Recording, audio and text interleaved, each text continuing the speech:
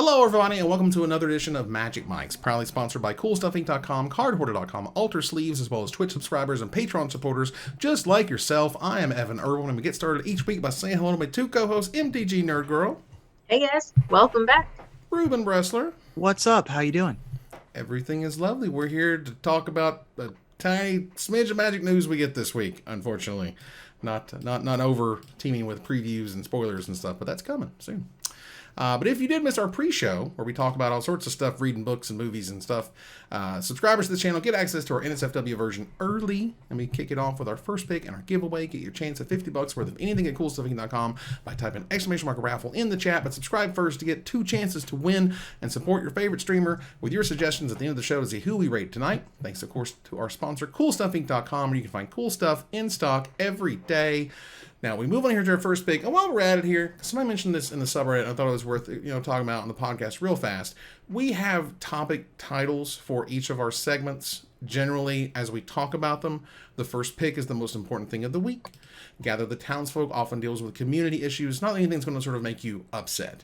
That's why we have Desperate Ravings. If Desperate Ravings is something that would make you angry, upset, grind your gears, that's where you'll find them. Sometimes we disagree in a segment we call the Red Zone. Sometimes we talk about what could be in something called Going Infinite. Sometimes we talk about stuff that happens in Pokemon and Yu-Gi-Oh! In Splash Damage. And of course we have a little joke at the end of the week, which we call the Finisher. So, nice. Good wrap up. Yeah. For people who, it's tough for us to remember that, even though we've been here for 7 years, maybe you haven't. So this is true. Thanks for joining us, and I hope that helps. Yeah, welcome to all of our new listeners. We do appreciate you hanging out on the cast. So for the first pick this week, I basically wanted to dive head first and talk about the state of design 2022. God bless Mark Rosewater that we have Mark Rosewater in Magic the Gathering, and he spends his time every single year. He's written 17 columns from 2005.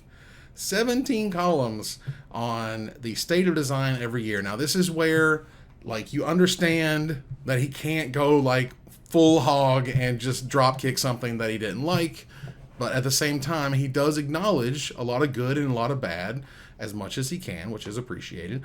And one of the things he's talking about, we'll just kind of take this a segment at a time.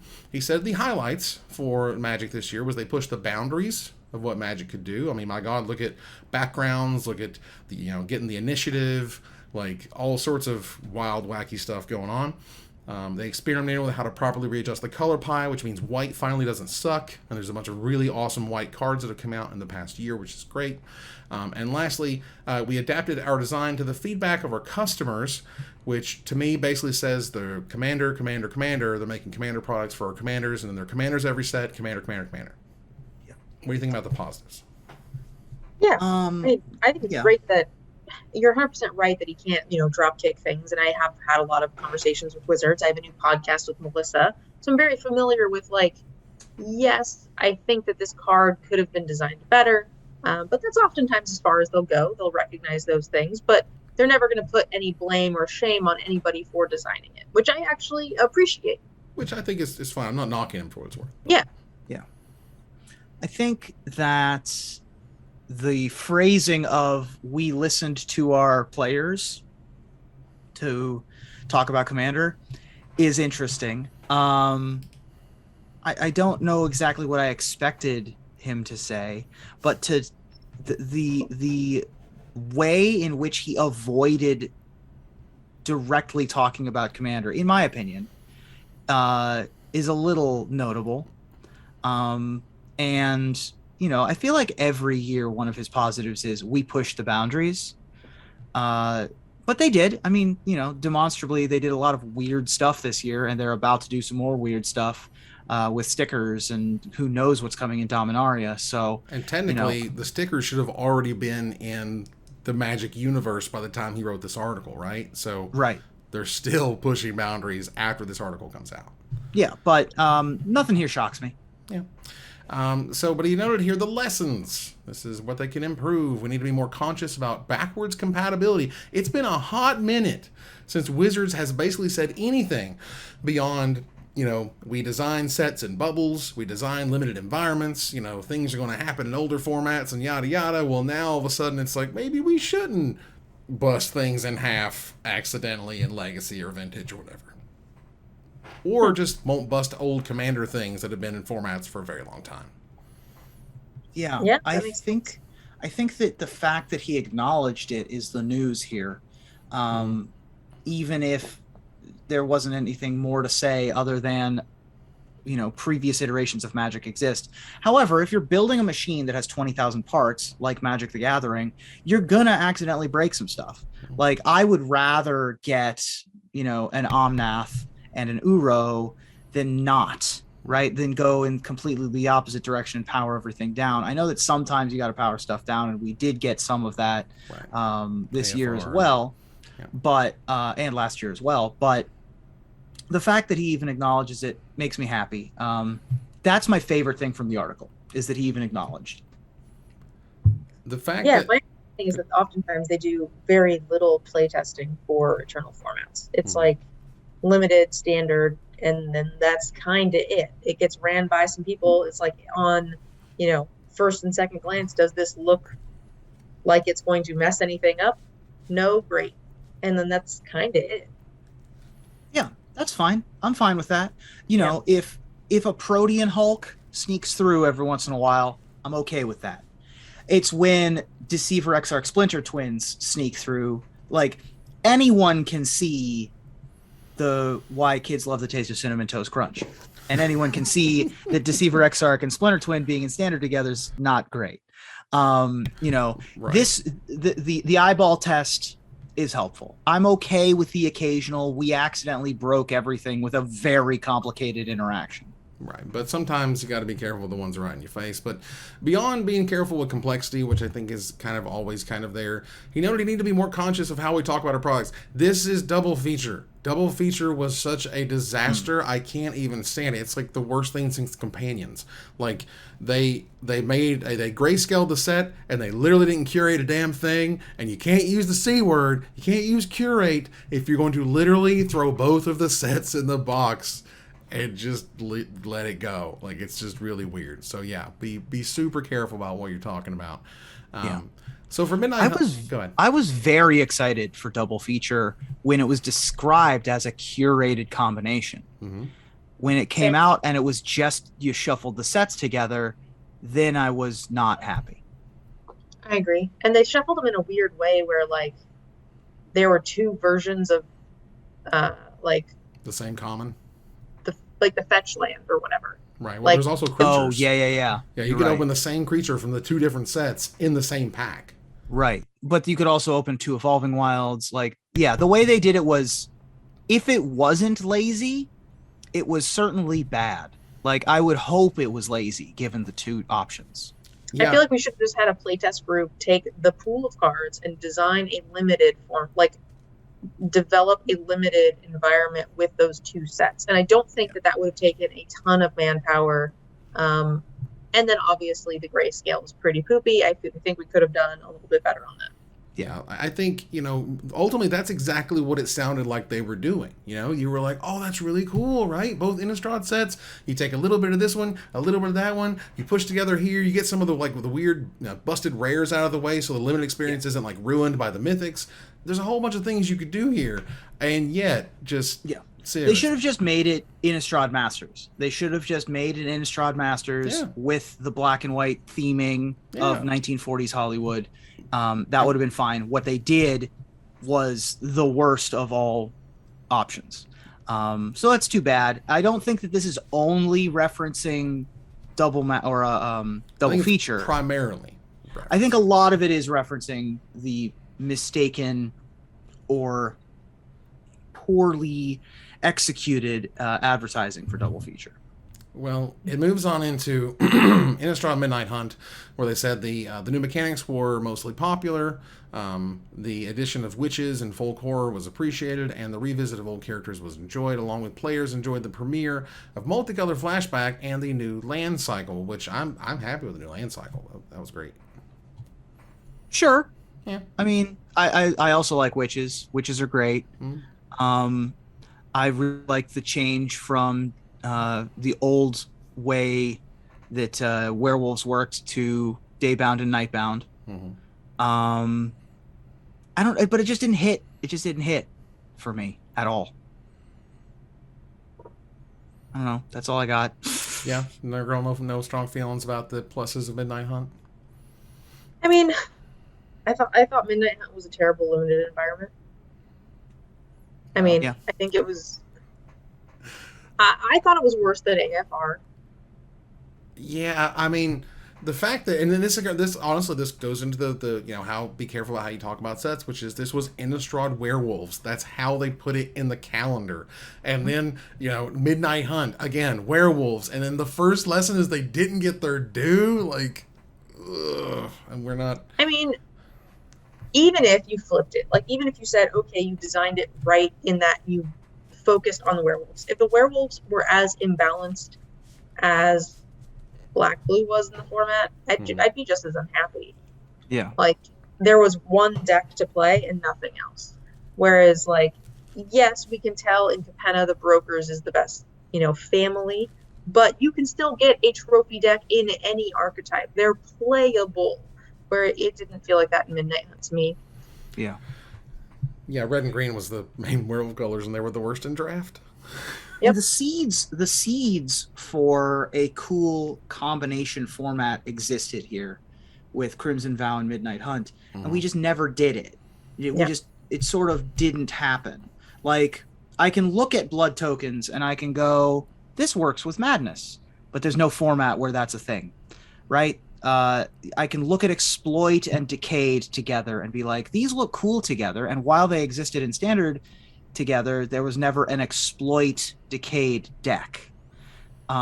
It's a shame that this was not capitalized on, because it feels like the pieces were there and not used. Well, the the fact that the day and night cycle weren't backwards compatible with the older werewolves, I don't think that's a serious problem, because I think the new day and night cycle fixed the problem, which you needed a clear moniker as to where you were in the cycle, and they tried so hard not to have that extra game piece that now they have it.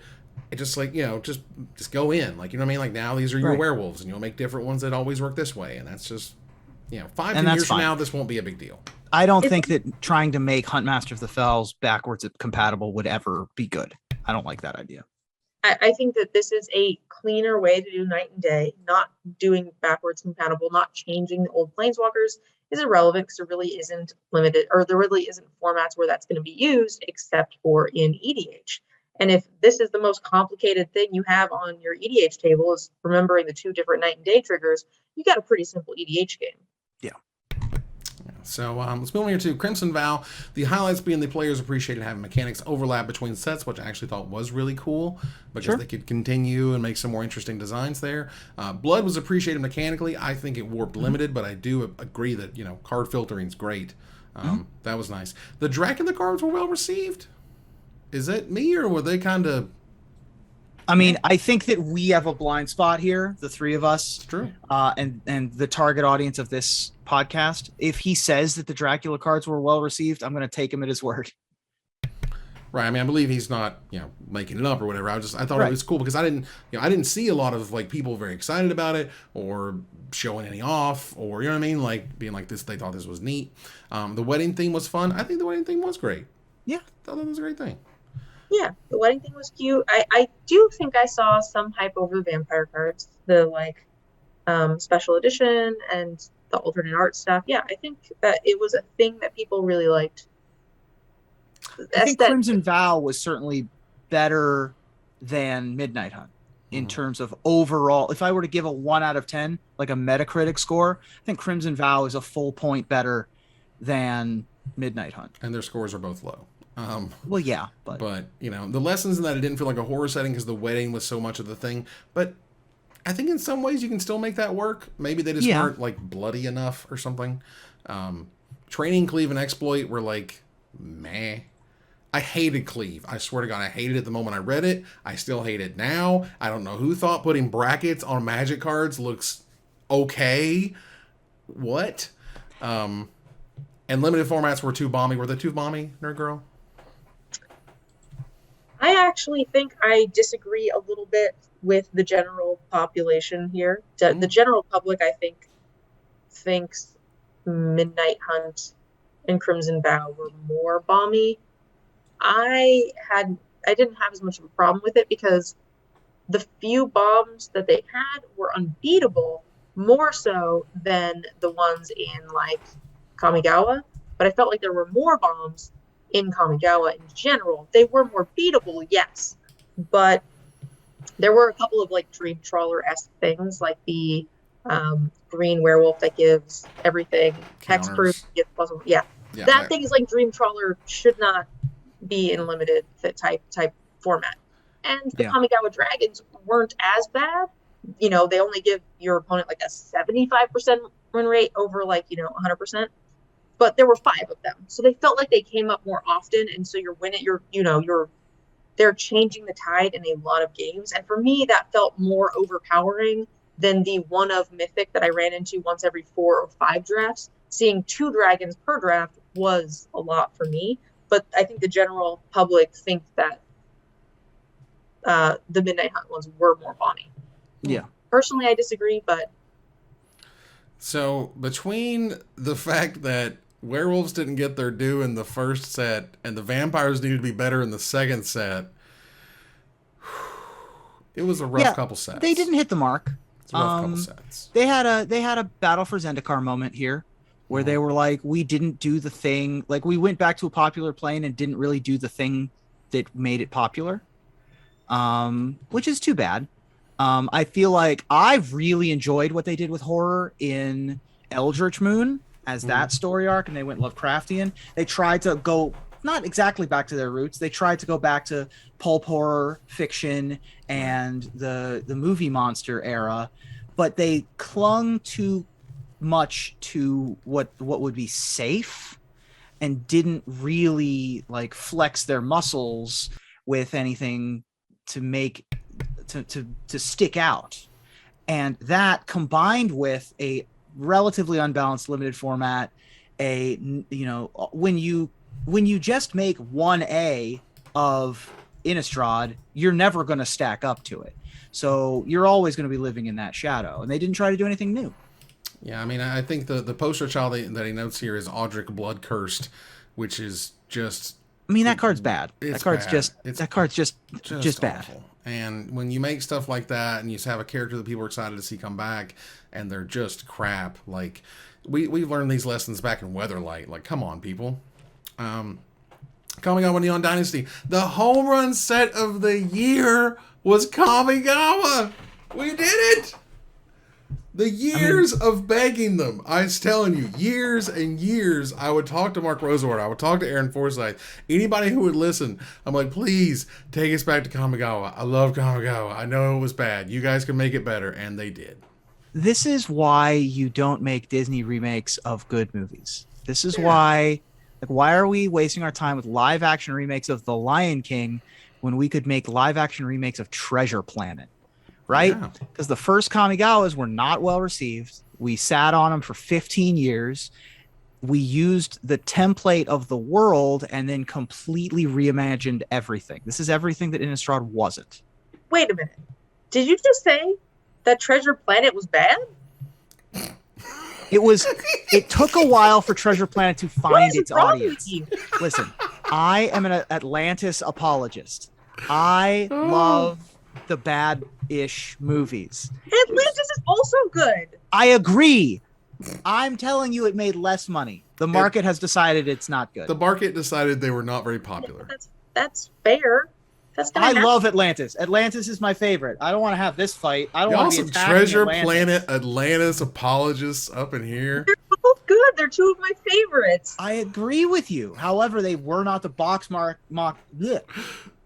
office smashes. How dare you besmirch? The Jungle Book was. So why are we remaking Mulan when we could be remaking The Sword in the Stone? You know what I mean? So that's the lesson that I get here is let's go back to Lorwyn, right? Let's go back to Mercadia. Let's go back to these unpopular. Let's go back to Old Grotha, the homeland. Old Grotha, I'm telling you, they are going. I called it the instant Kamigawa was like, oh my god, this set's incredible. They're going to go to Old Grotha. Homelands 2 is going to be absolutely awesome. Right. It's going to have the Baron Singer family we always wanted. It's going to do awesome stuff with Autumn Willow and her family and the Ancient Shade and the whole, like, the cool stuff about that freaking set. Girl, I can only apologize for besmirching Treasure Planet at this point. You should apologize. I will say, going back to a plane where people generally hate the set and have extremely low expectations for what you're going to do with it, will then turn it into the home run of the year, because even though Kamigawa was kind of medium limited wise, I think it made a decent impact on standard, but there's no ninja decks floating around in competitive Magic. It's basically just Boseiju and the Wandering Emperor, right? Like, that's kind of the staple. The blue-black Planeswalker, Kaito was okay. Sure. Ultimately, I mean, the Runes deck took off because of all of the additions from Kamigawa. I mean, it's not like the set was powered down. We still got, Generous Visitor. We still got a lot of these pieces that are, but it is going to be tough for any one set to revamp an entire standard. And I'm afraid you don't necessarily want that every single time, because then you can get some wonky designs that do sort of too much. But at the same time, let's put it this way. I was so excited when Premier Draft for Neon Dynasty came back to Arena, because Streets is just, no, I am over Streets. I'm just way over it. Yeah. That format's busted in half. Streets had a different limited problem, but I don't know if we'll talk about Streets. So we're getting there. Neon Dynasty, again, home run set. It was great. Throwback references are sweet. The draft was good. I don't know if it's the greatest of all time or whatever, but it was very good. So much love for the Japanese versions of cards. Awesome. Yeah. So for the lessons, players were sad they were on Kamigawa for only one set. I mean, when you're only in there... If that's the problem, that's a successful set. That's the best problem you can have. Literally the best one. They didn't bring back certain elements. There were no spirits, soul shifting, splicing happening, but whatever. I'm okay with that. Complexity was a little high, but I'm okay with that. Again, there's a point, where it's too much, and there's a point where it's enough to make things really interesting because it keeps changing. Where it's too much is you get the digital only Commander Legends 2 cards that have 6 sides. You went too far. You went too far. But Streets of New Capenna, mutate is certainly more complicated than anything that was in New Capenna. So. Right. So here we go. Streets of New Capenna. What do we like about it? Players were excited to see the return of a 3-color set. Agreed. The family mechanics were mostly well liked. There were a lot of cool individual designs, and fans enjoyed the look and the feel of the plane. Yeah. All of that sounded correct.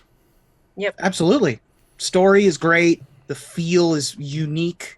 We've never had anything like Capenna before, and I love it. I love the flavor. I love the world. And I agree. The closest I felt to it, where I felt like this is a one-of, where I really started to dig the flavor and the emphasis that they put onto the world creation, even just outside of being a lore person, was Kaldheim. Yeah. I felt like they have a very similar feel for me, and I really enjoyed them both. Yeah, and I agree this was a messaging thing in that they kept saying, there's no angels, the angels are all gone, there's no angels, the set is full of angels. Mm-hmm. What? Because it's about after the big story thing happened or something, which was weird. I mean, the events that unfold in the set change the world, right? There is a big enough thing that happens that when they announced the set, it was correct. There weren't a ton of angels, or any for that matter. Mm-hmm. And then after the set came out and the events of the set happened, there were suddenly more angels. Things happened during the set that changed everything, which I really appreciate. Yeah, he knows that the planes were a little one note, and the factions weren't distinct enough. There was no crime fighter. There was no detectives. There was no Dick Tracy. There was no Private Eye. There was no cops. There was nothing to stop. There is a newsie. Well, but there was no judges. There were no attorneys. There were no corrupt, officials. There was one corrupt thing they brought back from Portal, third, Portal Kingdoms or corrupt whatever. court official. Yeah, I was like, okay, cool, but that's not what we're talking about when we mean actual but law they enforcement. Focused. I feel like that if they had tried to do some of that, they would have stretched themselves too thin. I was happy with what we had, and that there are no good guys. That made me happy. Everyone's a villain. But it also made them feel a little samey, right? They're all kind of a little bit, but how are they bad? Well, in kind of weirdly different ways. I mean, it's 5 distinct crime families, right? So they're all supposed to be bad. Yeah, I guess they could make 4 crime families and then the broker detectives or something. Right. I think that we just disagree with this comment. Well, in HDMZ, also known as I mentioned, there's no horse's head. Where was the horse's head thing? We got the delivered parcel. They got the delivery with the horns, which is kind of close. Not that's quite. That's gross enough. It's fairly gross. Now, look, the fact that the tricolor lands weren't called triomes would have been fine. I actually like this I saw this on Reddit. If they would all been one name, you know what I mean? So-and-so's headquarters, and all 5 of them were headquarters. You know what I mean? Sure. So that they all 5, at least you could help find them some way. You can't find any of these freaking lands easily because you have to remember every damn family name to find them. And not even that. It's not even all the family names. Sometimes it's the Xavier's or whatever. No, it's hideout. just the leaders. Yeah, it's Jetmir's Gardens and Ziator's Proving Grounds and Spar's headquarters and all that. That was just, come on. Somebody's got to put the foot down on that one. Try to burn through this a little quickly. Commander Legends Battle for Baldur's Gate. They had a lot of flavorful designs. Draft apparently was a lot of fun. I never got to. It was like the Commander draft thing. And Commander designs were original and accounted for a lot of feedback, and the players enjoyed the mechanical execution. Woo. Sure. It was a fun set. It just had no value in it. No, should not have been. No, I mean, and that's cool. It should have been AFR 2. It literally, if they had just called it Adventures in Forgotten Realms or Dungeons and Dragons Battle for Baldur's Gate, putting Commander Legends on it just ate so many LGS's lunch, and you saw it all over the internet. You can still pick up boxes super duper cheap compared to any other set, not even close. And while it might be great 3 or 4 years from now, when you look back, let me tell you, a ton of people took a bath on that set. It was rough. And there wasn't much mechanical innovation. Yeah, there was enough online. But yeah, so that was kind of a way to kind of go over the sets that had came out over the past year. I thought it was great. This is one of the best articles we get every single year. Rosewater is a treasure. High five. Overall, a decent year. It was a good year. I think it was better than last year. Overall, up to this point, we'll see exactly how, if they fumble the bag with Dominaria, because no one's going to remember anything if they screw up the most beloved plane in all of Magic. It's true. So let's move on here to... No pressure, though. I mean, literally Dominaria was, lauded as one of the greatest sets of all time. I consider it literally the best set of all time, and it's amazing, so don't screw it up. So there was a promotion for the app Whatnot, which again is sort of like online auctioning, bidding with an app, essentially, instead of doing it on eBay.com or whatever. And you can interact with people, it's almost like streaming and eBay kind of together in one. Either way, they were trying to promote people to use the app and sign on, and everyone broke it. The idea was someone was going to get picked to play against Post Malone for $100,000 in the best of 3 game, and they had to postpone it literally an hour or 2 ago because everyone signed up. I definitely should have suggested that we named the episode Postpone Malone, but we didn't get there in time. Did not get there in time. I'm one of the streamers that has a sponsorship to promote the thing, so I would like to not. To not what? Call it that. Oh, to not call it Postpone Malone. All right, fair enough. I'm not sponsored by Whatnot. In fact, I don't really understand Whatnot at all. It seems to me to be what Evan was doing on Twitch with the box openings, but turned into an app somehow. Yeah, so it's not an app. It is Evan was right. It's a little bit like eBay in that way. So creators, stores, whatever, they can sell product and do box openings, and they just do it live. So you get the live stream aspect of it, and you can turn it into games. People can purchase specific parts of a pack, or oftentimes content creators will be like, okay, if you can guess the land type, the basic land or the energy in your pack that you purchase, then you get a bonus, whatever that is. I make a deck of rares and I draw a random card out of it, and that gets added to what gets sent to you, and those cards get sent to you. And it's, oftentimes very similar to buying a pack at the store, but you also pay the shipping, and then you do this interactive thing, and there's some extra gambling involved, like I said, with the game side of it. Sometimes creators will say, okay, instead of a $15 pack, it's a $20 pack, but we keep opening these packs, but if you open this particular card, then you win this big $1,000 prize. Mm-hmm. And then there's lots of stuff like that. This is very much, if you go to eBay, and there's a lot of blind bags, and there's, dual lands in there, and there's a Black Lotus in there, I hope so. You know what I mean? You put a lot of trust in the people who are running these things, and that the blind pools and the all the things that you find are legitimate. I'm not saying they're not. I'm saying that, just be wary of that stuff. But overall, they had good problems, and it broke their stuff. So that sucks. Post Malone is the most famous, gotta be the most famous person on the app. Yeah, I'd hope so. Yeah. At least as far as I know. Unfortunately, Pioneer Challenger decks were pushed to November 4th, which is kind of sad. But you now officially, this is from the Wizards Magic account, you officially can get and be a part of the Magic T-Shirt Club.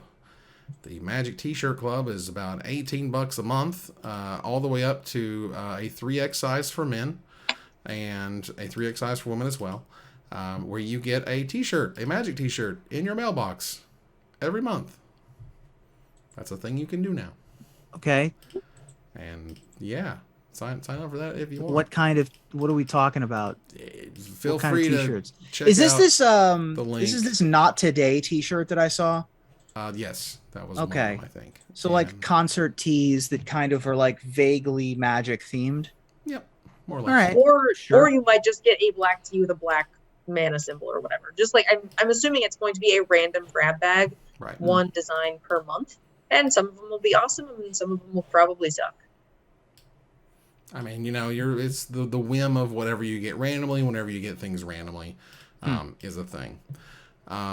So last little bit here because at this point we can kind of wind down a little bit. Nothing too crazy to talk about. I wanted to bring up the Premier Play promos. We didn't get to these last week, but they are super cool. The Thraben Inspector and the Selfless Spirit. I did see these, yeah. Just super rad, and I think they're awesome. And the Gideon Ally of Zendikar, which I believe goes to the winner, is amazing, and I think they're great. So play in your Premier Play stuff. As somebody who drafted nothing but mono white in the most recent Vintage Cube, seeing Selfless Spirit, Thraben Inspector, and Gideon Ally of Zendikar get the respect that they deserve makes me very happy.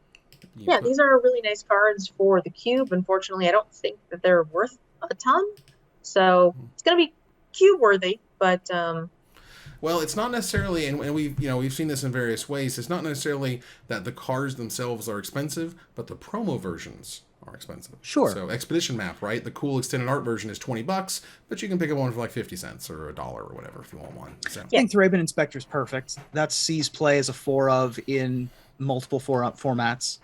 Right. Selfless Spirit's fine. I guess they didn't really have another choice. But it's a 4 of in the Spirits deck, right? It's a 4 of, in a lot of aggro decks. And Gideon is also fine, but it's only going to the winner, so it's going to be, even though it sees less play, right, it's still going to drive the demand. Yeah, good and pricey. And that said, as we moved out of the first pick to gather the Townsfolk, we do want to thank our sponsor, CardHoarder.com, offering the best inventory prices and delivery of cards for Magic Online, as well as going to Desperate Ravings to check out our Altar sleeves. Support the show by using the code MagicMikes to check out for 5% off anything in the store, including a set of exclusive sleeves featuring the Magic Mikes crew at altarsleeves.com/MagicMikes. Real quickly for our Desperate Ravings. And this is just a standard thing at this point. You need judges at RCQs, at regional qualifiers. You need judges. And I don't even need to go over what happened in this scenario other than explaining to you it was an RCQ that had no judge. So guess what? It all went to crap.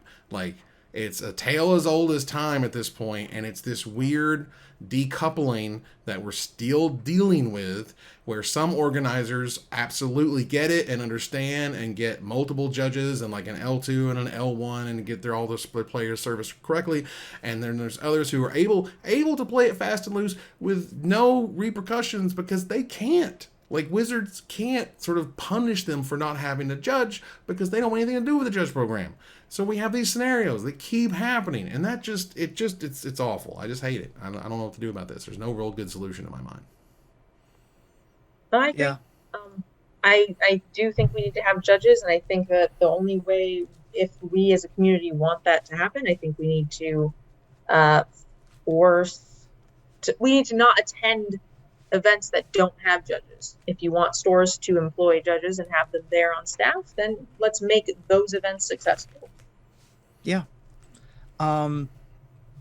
Wizards of the Coast has completely decoupled, was the word you used. I think that's a really good way to phrase it, from the DCI, right? So we don't have DCI scores, we don't have DCI ban list anymore, correct? And we don't have judges that are required to run Magic events. Now, the reasoning for that is because obviously the judges and Wizards of the Coast got into a bit of a discussion of, if you hire us, we are employees. Wizards doesn't want to pay employees in that way, and so they sort of just cut bait instead of trying to do anything else. The fallout of that, of course, being not only are there no more sheriffs, they've opened the gates of all of the prisons. So it is literally back to the Wild Wild West. The horror story that's being told in this post is not surprising to me. When you have no enforcers or enforcement at all. So, and I, this is some of it's just gnashing teeth. I get that, and I understand that not everything can be perfect in the world.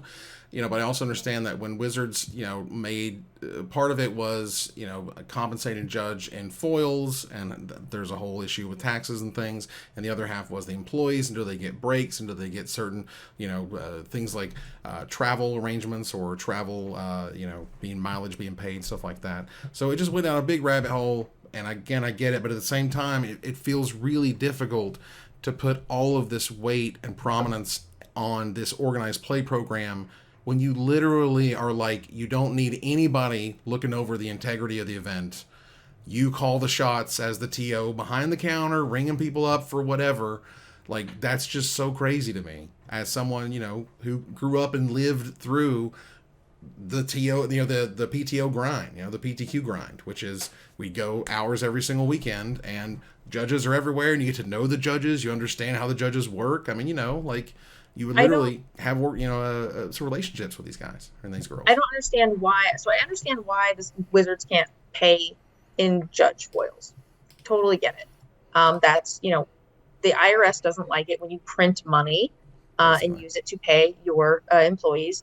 And I would have a problem with that as well. I wish they would just pay them. But what I'm wondering is you have to jump through a ton of hoops to be a premier store. To be able to host and run RCQs, you need to be a premier store. Yeah.